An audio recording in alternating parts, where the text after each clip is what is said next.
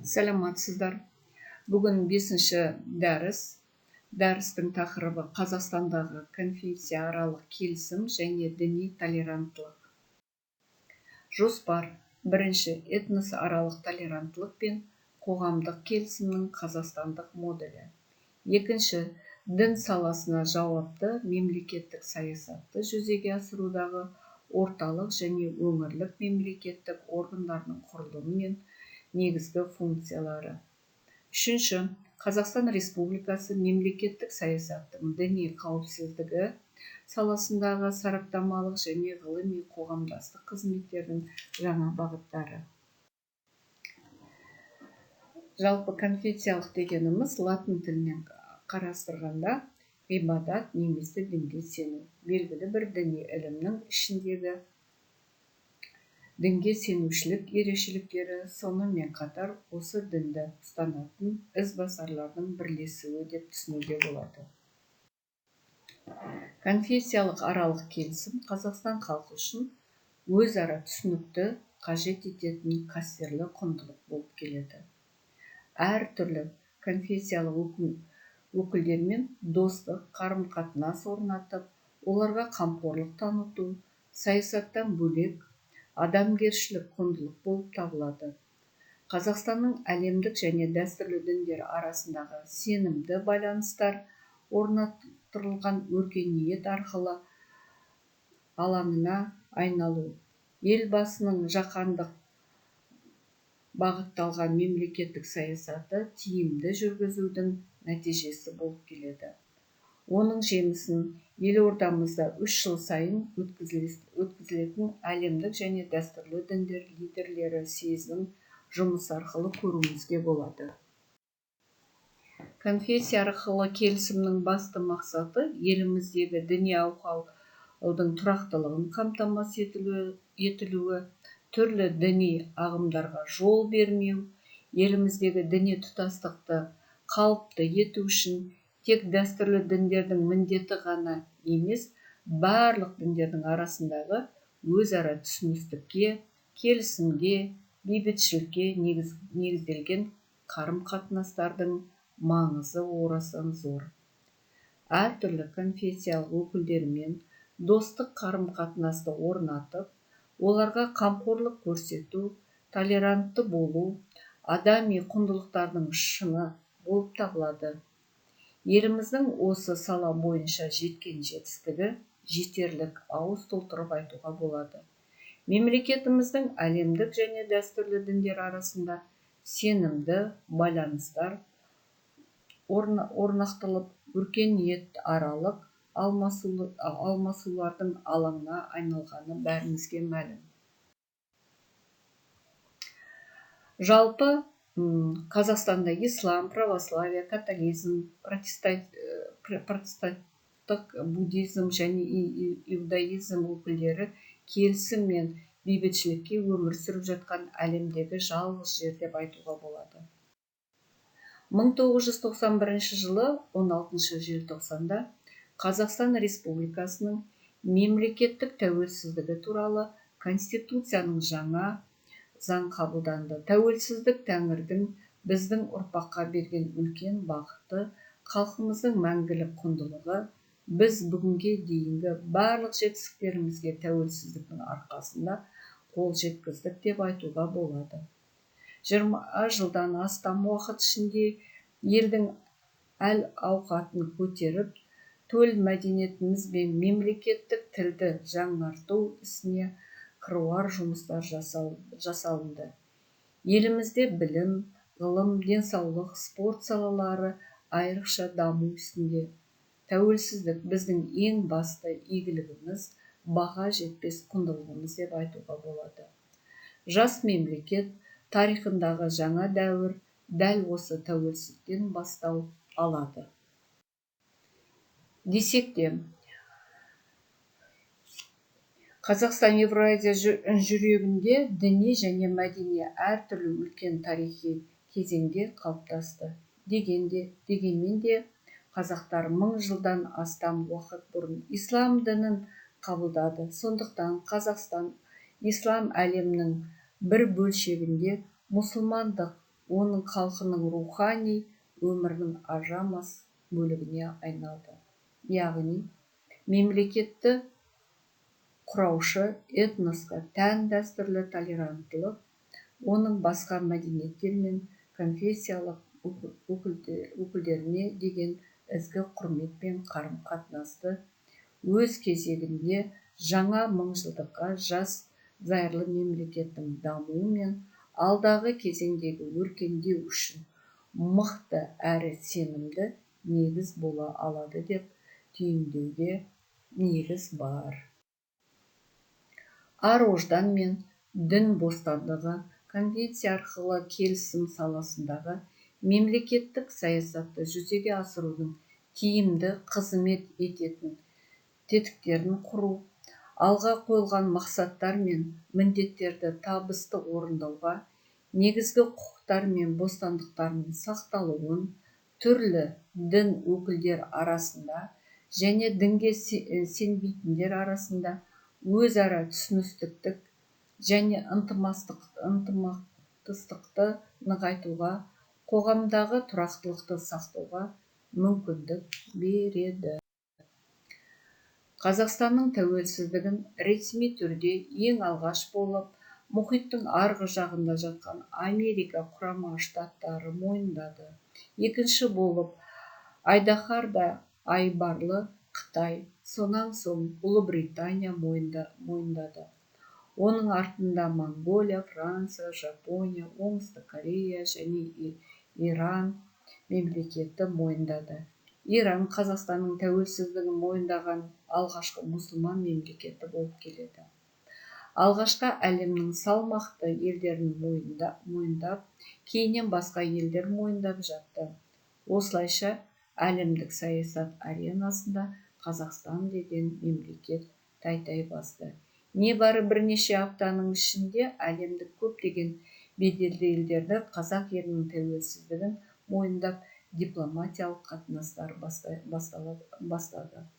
ақш, Қытай, Ұлыбритания, Германия, Франция тағы басқа ірі мемлекеттер Қазақстанның тәуелсіздігін 1991 жылдың соңына дейін мойындады.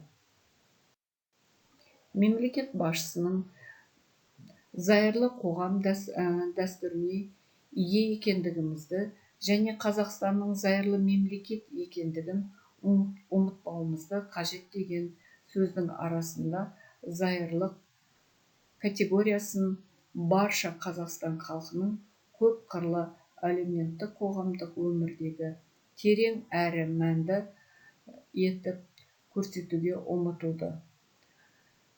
Мұндай саяси, мәдени және рухани басымдылықтар мен қоғам дамудың құндылықтарын айқындайтын қағидаттар Қазақстан Республикасы Конституциясының 1 бабында жазылғандығы баршамызға белгілі. Ал осы негізгі құжаттың сәйкес таралуы адамның өз діни сенімін ұстауға еркіндігі мен құқығын бекітетін ережелерден тұрады. Қазақстанның зайырлы сипаты, діни қызмет және діни бірлестіктер туралы заңның нормалардағы сенім бостандығы, діни бірлестіктердің мемлекеттен бөлек болуы, мемлекеттік немесе жалпыға міндеттелген арнайы діннің болмауы, діни ұйымдастардың заң алдындағы тереңдігі, кейбір әлеуметтік мәселелерді шешуде мемлекет пен діни ұйымдардың өзара әрекеттестігі секілді мәселелерді олардың нақты белгілі арқылы айқындалатынын белгіледі. Қазақстан президенті мемлекет конституцияны, заңнамаларды сақтау мен ел бірлігін нығайтуға қатысты мәселелерде ешқандай бөлінушіліктерге жол берілмейтіндігін ерекше атап өтті. Сол себепті мемлекет еліміздегі барлық конфессиялық қызмет ету үшін қажетті құқықтық кеңістікті дамыта отырып, өзі де мемлекет пен діни бірлестіктер арасында қатынастарда заңдық тұрғыда бекітілген нормаларды қатаң сақтады. Яғни бұл жерде Қазақстан халқы үшін ұлт бірлігі викторинасының тарихи маңыздылығын қарастырамыз.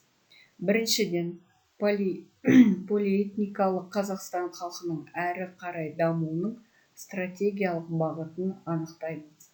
Екіншіден, Қазақстан тәуелсіздігінің 20 жылдан астам уақыттағы озық тәжірибесінің ұстанымдарындағы жинақталатынын қарастырамыз. Үшіншіден, әлемде шиеленіс пен қақтығыстардың жаңа ошақтары шығуына байланысты Қазақстан халқы үшінші біріктіруші роль атқаратынын байқатамыз. Төртіншіден, Қазақстанның табысты және тұрақты мемлекет ретінде халықаралық аренадағы беделін жоғарылатуға ықпал ету. Бесінші, Қазақстанның әлемдік қауымдастыққа бейбіт сүйгіштік, ішкі және сыртқы саясаттың ашықтығын дәлелдеу. Мына көрініс, яғни көп конфессиялық қоғамдық ортақ мұраты, яғни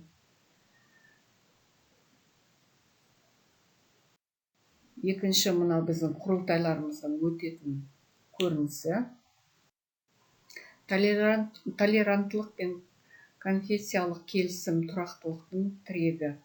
Толеранттылық дегеніміз, яғни латын сөзінен аударма қарастыратын болсақ, төзімділік, өзіндік айырмашылықты, өзгешілікті, ерекшелікті мойындау, басқа түрлерге төзімділікпен қарау, өзге сенімдегі, көзқарастағы, әрекеттегі кісілердің таңдауын, құқығын құрметтеу, қақтығыстарды өзара сұхбат пен келісім арқылы шешу жолын қарастыру, зорлық, күшке жүгінбеу, дөрекі не мәдениетсіздік амалдарды қолданбау, кешірімшіл және жанашыр болу секілді осы заман қоғамдағы түрлі сенімдер мен бағыттардың қатар өмір сүру және өзара сәйкес ережелерін сақтауын талап етілетінін байқатамыз.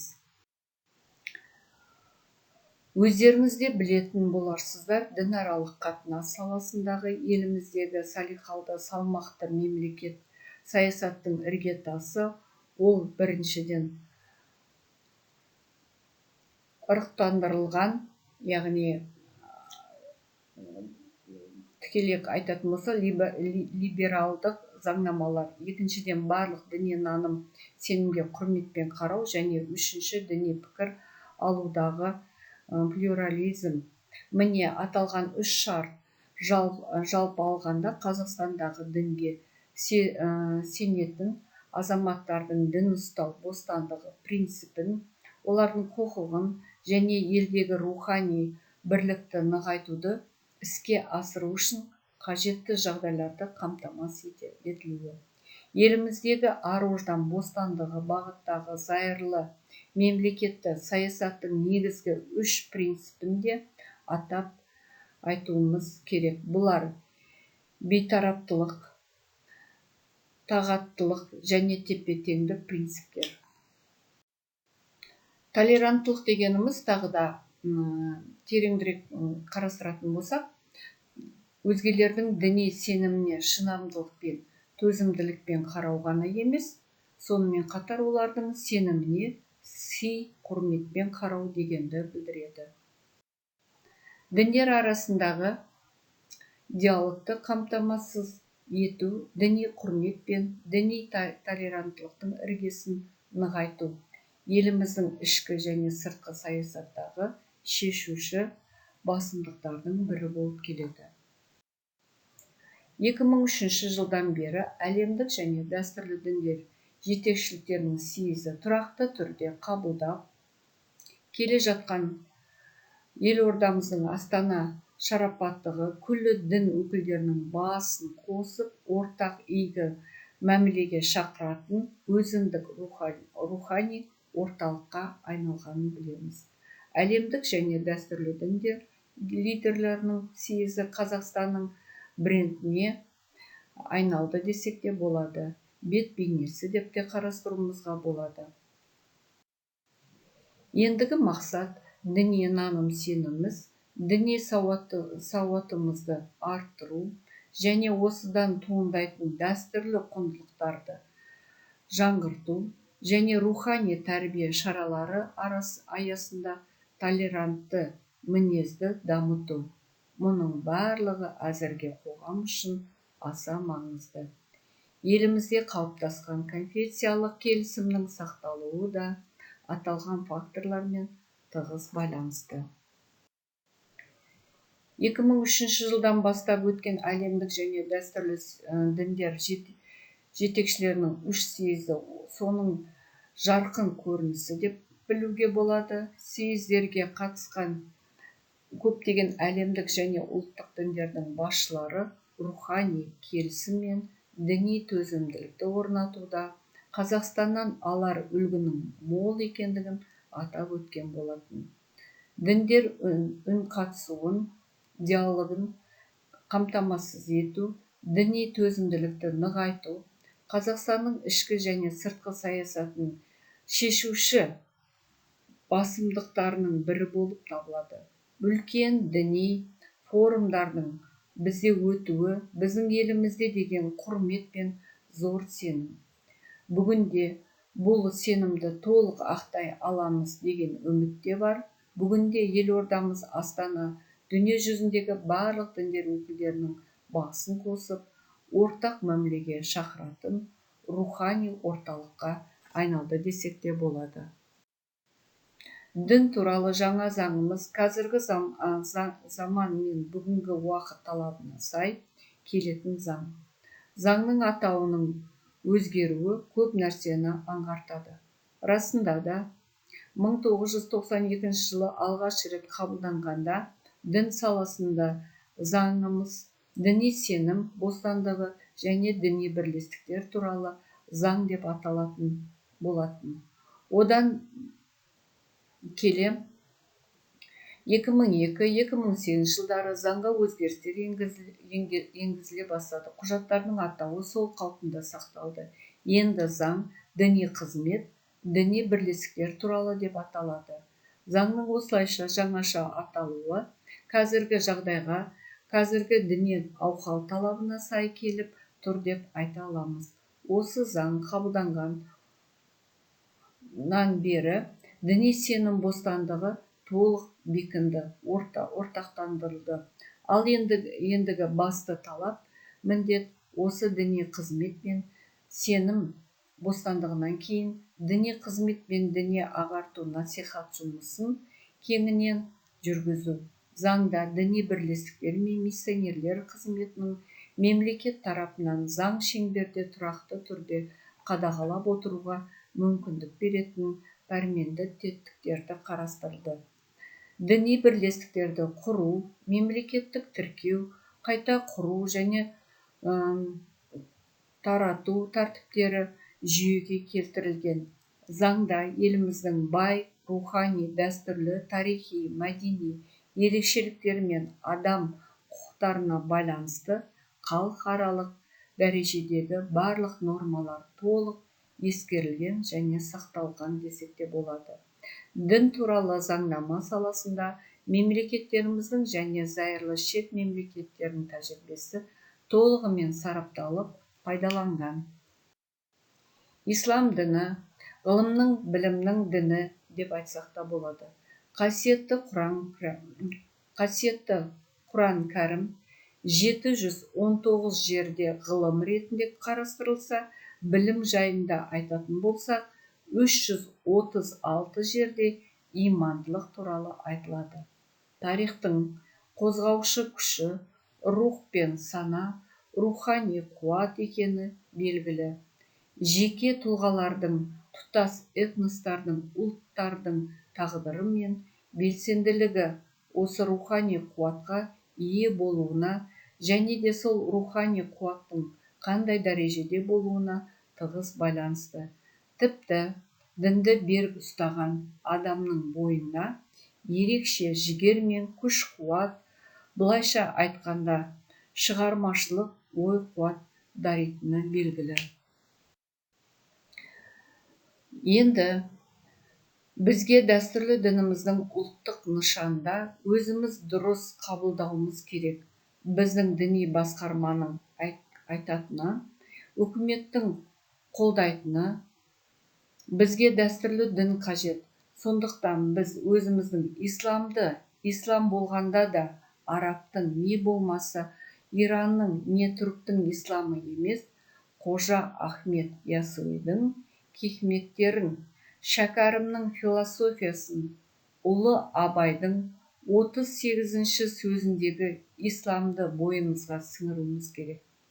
Құран аяттары мен Мұхаммед пайғамбарымыздың хадистерін, ұлы ғұламаларымыздың сыр сөздері мен өлең жырларын жаңаша сөйлетіп, рухани танымға ұмытылған халқымыздың сұранысын қанағаттандыруымыз алда тұратын бүгінгі мақсат деп білуіміз керек.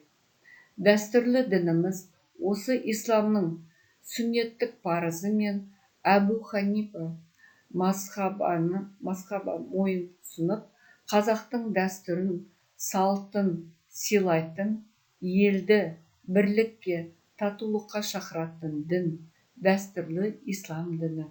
Қазақ болмысы мен мәдениетінің негізгі күрер тамыры деп айтуымызға болады. Мұхаммед пайғамбарымыз саллаллаху алейхи уәссәлам отанды сүю иманнан деп өсиет етсе, дана қазақ халқы иманды елді жау алмас дейді. Олай болса, ата-бабаларымыз ғасырлар бойы ұстанып келген дінімізге бет бұрып, имандылық пен бірлікті ту етіп көтерейік. Назарларыңызға рахмет.